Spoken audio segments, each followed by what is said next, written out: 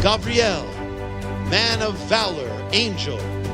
Interesting thing, because he's the one who gives the countdown, God through him. But it's amazing because when you open up the New Testament, guess who it is who's revealing that the countdown is going to be fulfilled? Gabriel.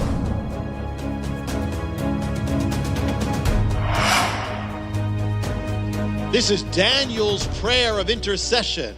And notice he's saying our. Now Daniel's a holy man, righteous, loves God, but he says our sins. He joins himself with the sins of his people. He joins himself and intercedes for them. He doesn't condemn them. He pleads with God for them. Prophetic. And then something happens. It shows you how powerful it is to pray in intercession and repentance for a nation. Something we have to remember concerning America. Something happens. Verse 20.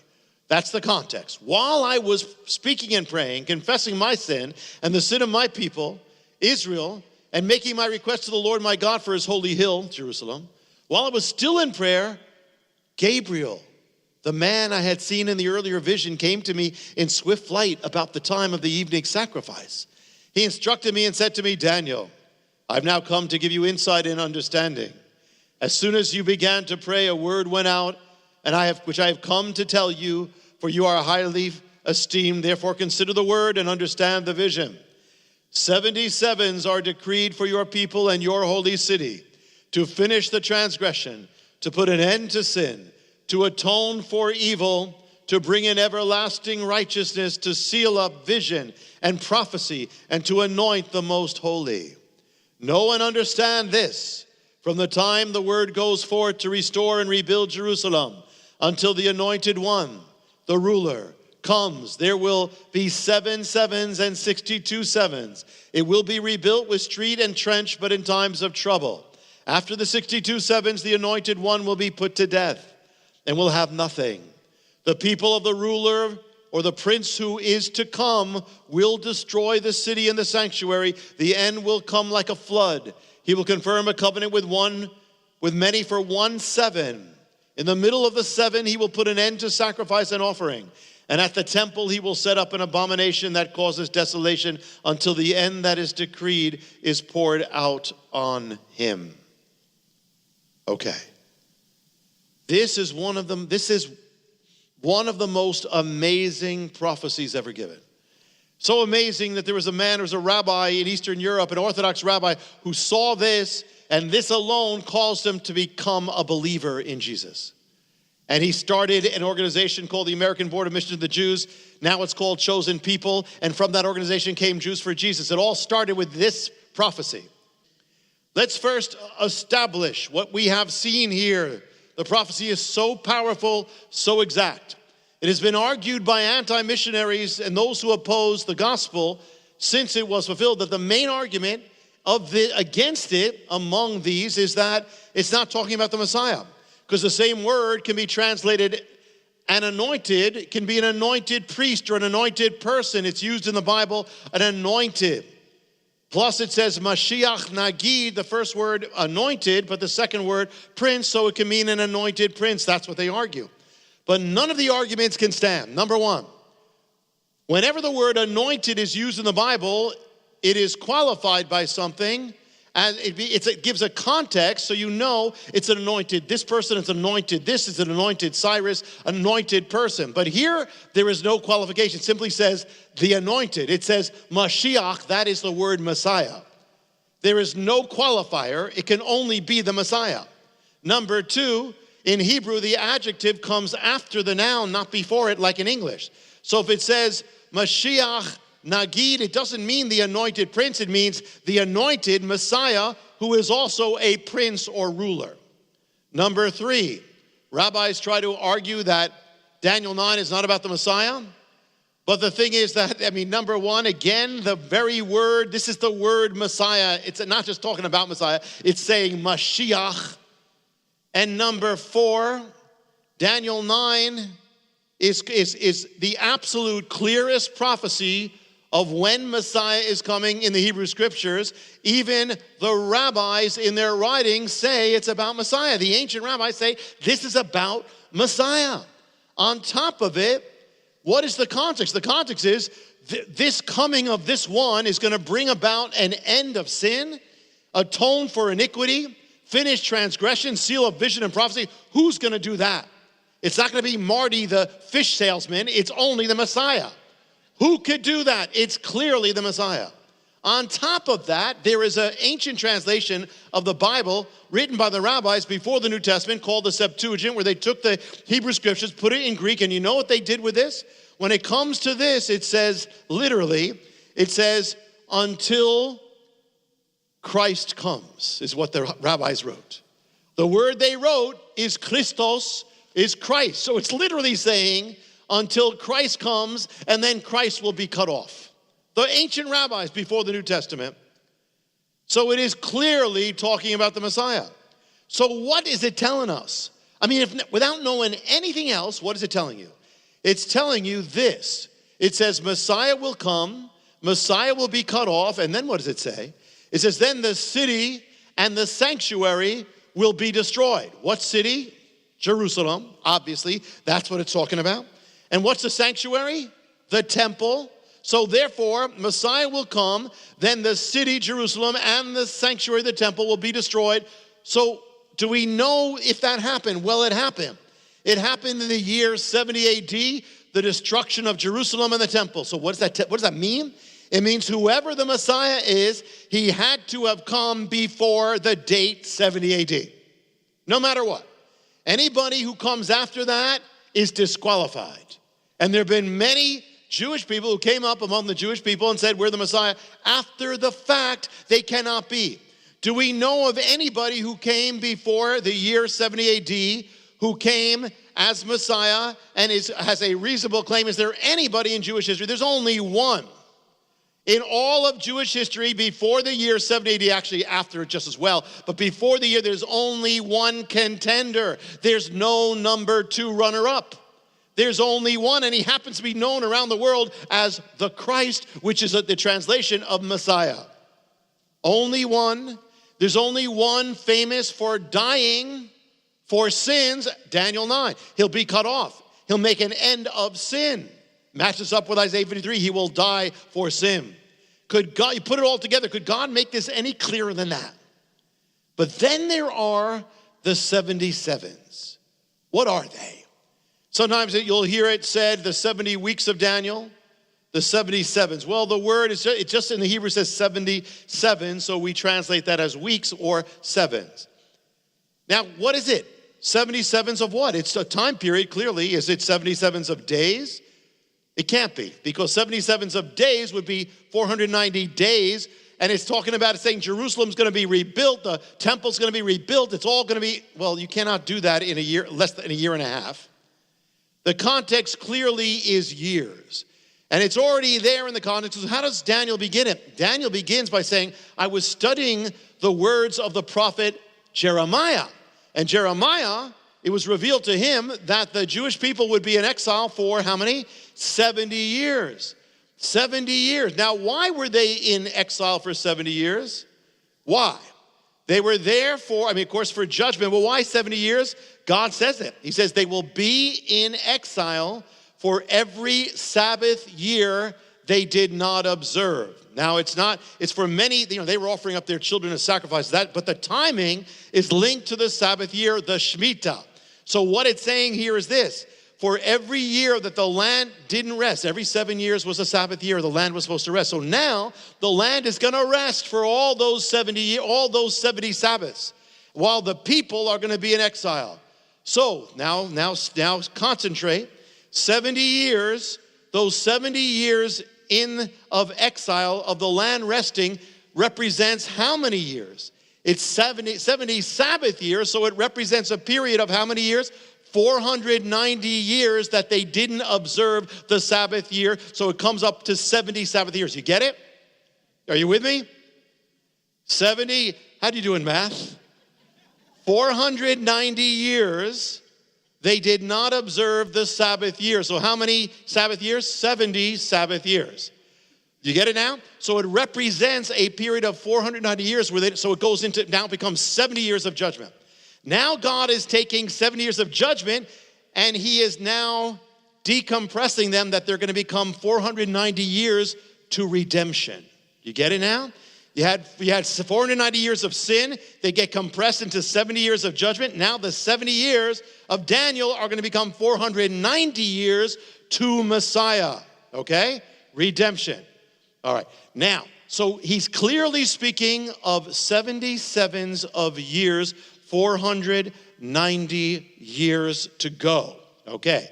Now this God is giving a prophetic countdown, which no other faith ever does. No other faith steps out. It gives an exact countdown. Now, interesting, because the Bible says, because Daniel says that Gabriel appeared to me with this. When? He appeared to me, it says, at the time of the evening sacrifice. Now, this is the interesting thing is there was no sacrifice. There was no temple. So why that make a point? There's something about that. It says he came at the time of the evening sacrifice, but there was no sacrifice. Interesting. He still came at the set time. Why? Because the evening sacrifice was the final sacrifice of the day. Final sacrifice. And what is the prophecy going to be about? The prophecy is going to be about the final sacrifice of Messiah. So he does it at the time of the final sacrifice, even though there's no temple, but there will be. Gabriel, man of valor, angel. Interesting thing, because he's the one who gives the countdown, God through him. But it's amazing because when you open up the New Testament, guess who it is who is revealing that the countdown is going to be fulfilled? Gabriel.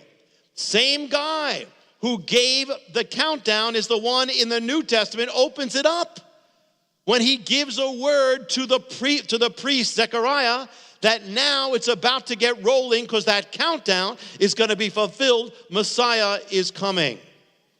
How cool, how perfect. He appears to Zechariah, the priest, the father of John the Baptist. Then he appears to whom? Miriam.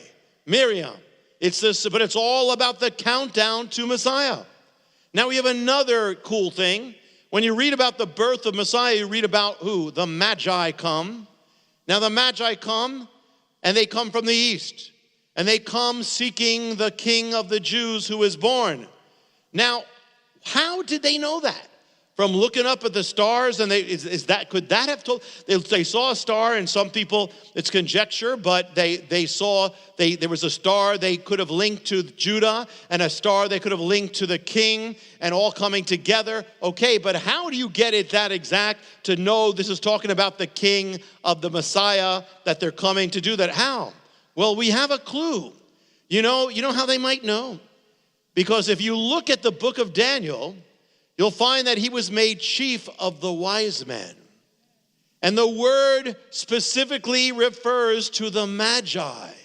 The Magi came from where? Persia. Persia is where Daniel got the vision. Today, where is it? Iran. Iran and Israel. We got to pray. But here it is. So therefore, Daniel may have instructed, may have passed down the knowledge of the vision to the wise men, who then years later are the Magi. And that would have given them an idea of when it was going to happen. The Roman historians, Suetonius and Tacitus, both say that at that time in the Eastern world, there was a rumor, an expectation that a king was going to arise at that time out of Judea. Where did that come from at that time? Well, it's Daniel who gives the timing. So when does the countdown start? When? It says, the angel tells him, from the time of the issuing of the decree to restore and rebuild Jerusalem. Now there are two famous times of that. One is Cyrus.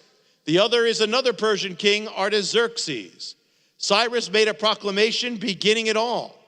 But the one who made it more completely, and it actually would involve the wall, which the prophecy speaks about the street, and the wall was the Persian king Artaxerxes. Now, I want to give you some historical coordinates how everything comes together. But concentrate, because I'm not giving you milk, I'm giving you solid meat. Luke 3:1 says this, timing. Says, in the 15th year of the reign of Tiberius Caesar, John started preaching. Everything begins. Now, if you put it together, and there most likely was a co-regencies, we won't get into that. And we also put together the fact that it says that Messiah was around 30 years old. He could have been 28, could have been 32, 33, but it's around 30. And you look at the time when Messiah had to be born, which is before Herod dies. Herod the Great died in 4 BC. Messiah was born before that, and most likely 2 years, because he says, kill all the children according to the star, who are up to 2 years old. So that puts you around 6 BC. And you go ahead, when you put it all together, Tiberius was made emperor or co-emperor with Augustus in the year 11 or 12 AD. And you add the years, and it comes out to around the year 26, 27 AD. Around that time. So you have that. So around that time, you would have had the beginning of the ministry of John the Baptist, and then Messiah, 26, 27, or the end of 26, maybe coming into Jerusalem, Passover. So what about the countdown now of Daniel? The angel said, you are to know and discern that from the issuing of the decree to restore, rebuild Jerusalem until Messiah, the prince, there shall be 7 sevens and 62 sevens. So it comes out to, we won't go in, it comes out to 69 sevens of years. That comes out to 483 years. And then it talks about that last 7, which we're not going to get into yet. That's the end times. That's the tribulation. That's book of Revelation. We're going to get into it next time. But you got a missing 7. So you got 483 years. You have 1 7-year period missing out of the 490. Okay, so what happens now if we begin the countdown? We begin the countdown from that issuing of the decree from the King Artaxerxes. Where does it lead you? That issuing of that decree took place in the year 457 BC. Add 483 years, the 62 plus 7 sevens. You don't have to go in, you have to remember all the math. But add that 483 years, where does it lead you? It leads you to the year 2627 AD. The same year, the overwhelming year when the ministry of Messiah begins. This is amazing. It's giving you the exact year. And it's the first time he would have come to Jerusalem. Points to the very year that Messiah comes. So it's not just that Messiah, it's telling you Messiah has to come before the year 70 AD. That's enough. But it's telling you he began his ministry about the time 2627 AD, which is exactly where everything points to.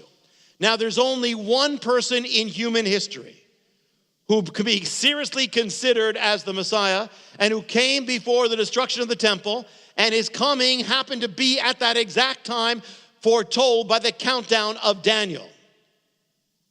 Now, this is gigantic, so gigantic, that people have to try to explain it away, say it's not talking about the Messiah. Well, clearly it is. So here it's giving you the year, the date, and the Hebrew year is between those two. But there's another thing here that you wouldn't see in English, but it's there in Hebrew. Now, when I tell you a word, Shavah, try it. Shavah, we get the word is, or Sheva, the word is 7. 70 Shevat, 7, 7. It's the word 7 keeps coming up in that prophecy. 7, 70, 62, 7 sevens, all that.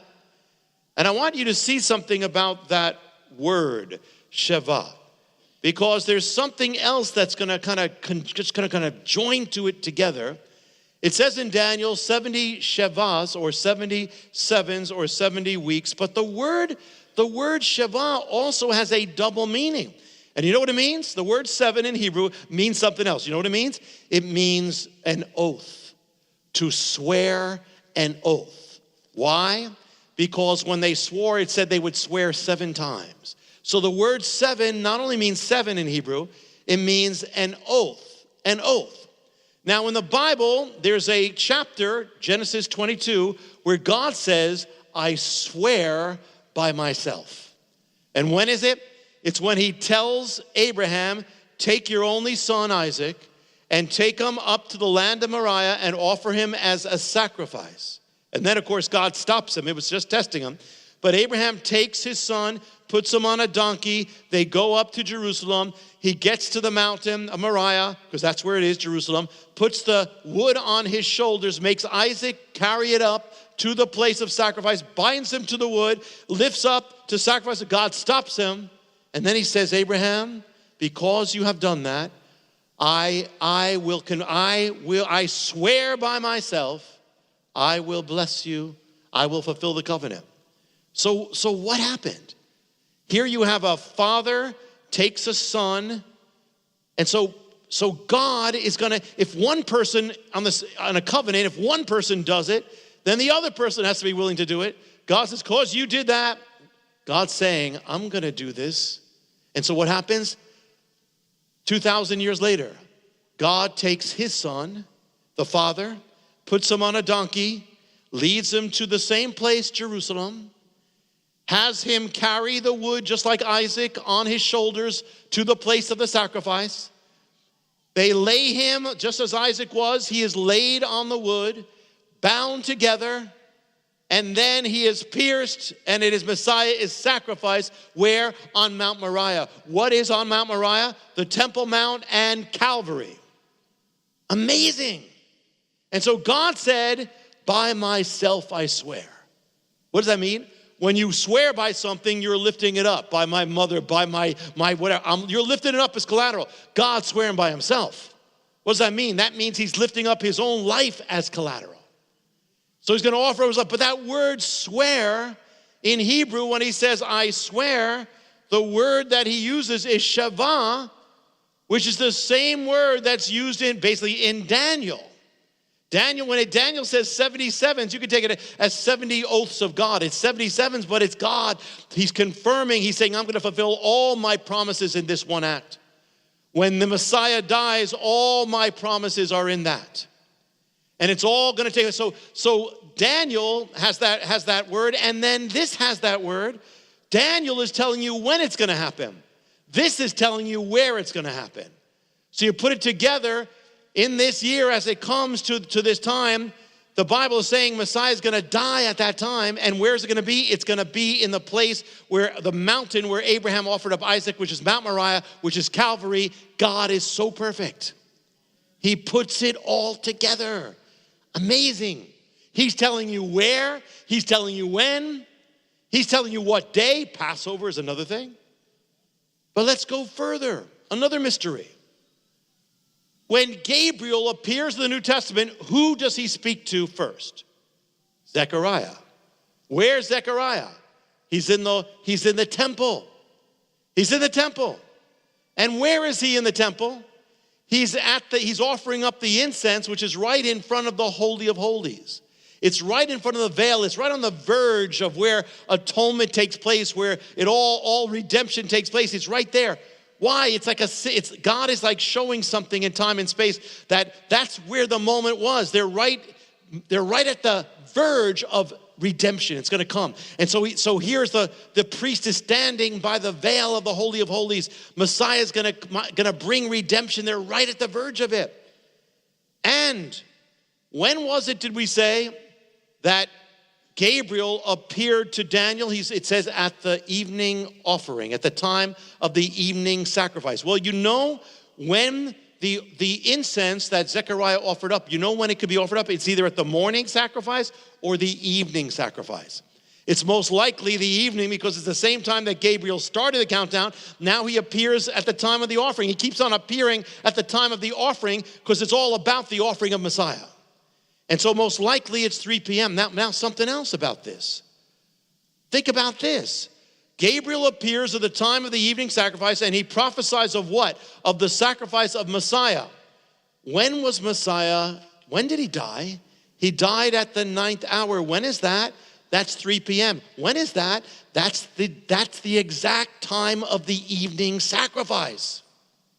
So here, from the very beginning, the time of Messiah's sacrifice, when Gabriel gives the time, he's actually appearing at the time Jesus is going to die, when he will be cut off. But there's also more, because that word Sheva, all that word that keeps coming up in the prophecies of Daniel, the 70 Shevahs, oath, also swearing, promise of God. God sent Gabriel to appear in the temple to Zechariah. And he gives him a sign concerning that he's going to have a son. His wife, who could not have children and older now, is going to bear a son. It's going to be John the Baptist. It's going to begin everything. Who was his wife? His wife's name was Elizabeth. What is Elizabeth in Hebrew? It's Elisheva. Same word. Oath. God, the oath of God. And what does Zechariah's name mean? Zechariah means God has remembered. So you got God has remembered, and you got the oath of God. Put them together, marry them, and it becomes God has remembered the oath of God. God has remembered his oath. It's amazing, because that thing actually comes up in the songs when Zechariah is singing. He talks about, and Mary then sings similarly, but talks about he has remembered his oath. God remembered his oath, and he remembered the 77s of Daniel, remembered all his promises, and he brought them together. So when God has remembered, Zechariah, comes together with Elisheva, Elizabeth, oath of God. They come together and they bear a son. And what's the son's name? Yochanan, John, which means the grace of God. God has remembered his covenant, his oath. He remembered the sevens. Also means God has remembered his sevens, the 77s of Daniel. And so it's going to produce the grace of God. Now, before we bring this home, now let me tell you, I'm going to bring something. When we do part 2, we're going to focus on that last period of 7, that tribulation, revelation, Antichrist, all that. That's where the last 7 that was missing. But before we bring this home tonight, very cool thing. What were the 77s of Daniel about? They were about the end of what? The end of the exile, end of the 70 years of captivity, and now God's purposes are going forward. He's going to rebuild Jerusalem. Messiah's going to come, all that. It's about a 70-year period that ends with a proclamation of a world leader that has to do with Jerusalem. Well, right now, we are at the end of another 70-year period of Israel's history. No less prophetic. Israel was raised from the dead in the year 1948. Add 70 years, where does it come? 2018 right now. 70 years ago this year, 70 years ago this month, 70 years ago this week. I didn't plan this message to go this way. But what happened at the end of the 70-year period in ancient times? A king issues a proclamation recognizing Jerusalem as the capital of Israel. What happened at the end of this 70-year period of Israel's existence? A king, a world leader, issues a proclamation recognizing Jerusalem as the capital of Israel.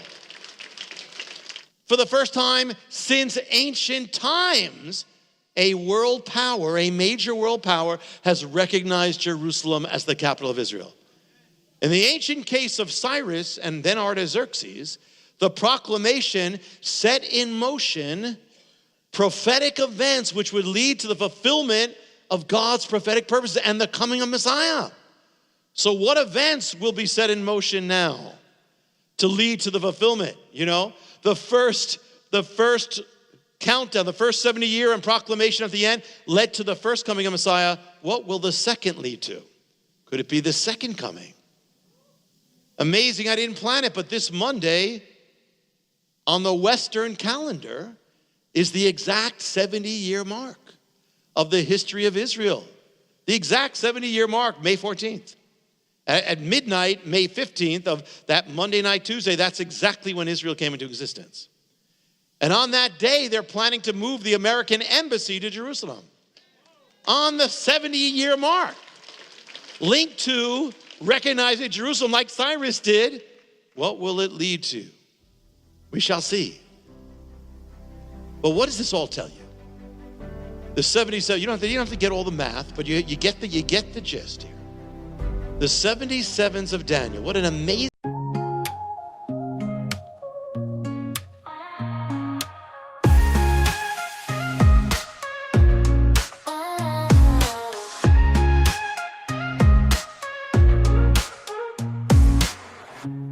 thought you were so lucky because you were a star, but you cried, cried, cried in the lonely dark. And I'm sorry for what you went through. I always thought the lucky one was you, but the lucky one was me. I wanted to be you so bad. Your life looked like so much fun. The fashion lights and fancy things made it seem like you had won. But little did I know, you were crying all the time. You were hurting inside when everyone thought you were fine. I thought you were so lucky because you were a star, but you cried, cried, cried in the lonely dark. And I'm sorry for what you went through. I always thought the lucky one was you, but the lucky one was me. I know you made some mistakes, but we're all only human. You were judged for everything. They put the blame on you when you were pushed over the edge. It ain't right what they allege. I thought you were so lucky, but the lucky one was me. I thought you were so lucky because you were a star, but you cried, cried, cried in the lonely dark. And I'm sorry for what you went through. I always thought the lucky one was you, but the lucky one was me. I know you made some mistakes, but we're all only human. You were judged for everything. They put the blame on you when you were pushed over the edge. It ain't right what they allege. I thought you were so lucky, but the lucky one was me. I thought you were so lucky because you were a star, but you cried, cried, cried in the lonely dark. And I'm sorry for what you went through. I always thought the lucky one was you, but the lucky one was me. I always thought the lucky one was you, but the lucky one was me.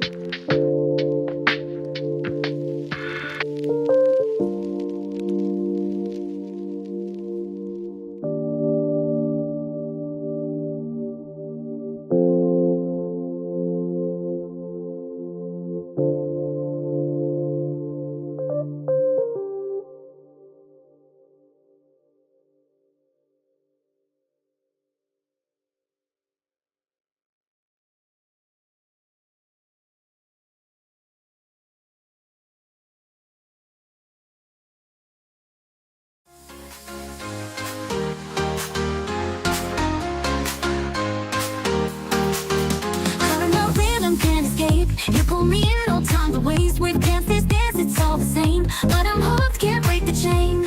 We crash, we burn, we never learn, it's a cycle. I can't discern, but in your arms I lose control. We fall apart, but still I go. Here we go again, spinning in the dark, chasing every high, even if we fall apart. Here we go again, you and me were blind, losing all we got, but it's worth it every time. Here we go again. Here we go again. We know it's wrong, but we still pretend. Here we go again.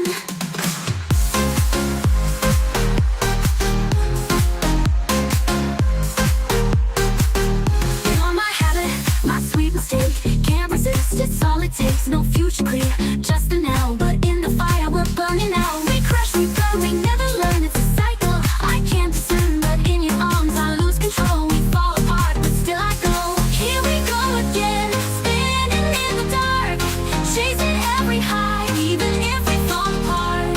Here we go again, you and me were blind, losing all we got, but it's worth it every time. Here we go again. Here we go again. We know it's wrong, but we still pretend. Here we go again. You're my habit, my sweet mistake. We rise and fall, but still we drop. For just one night,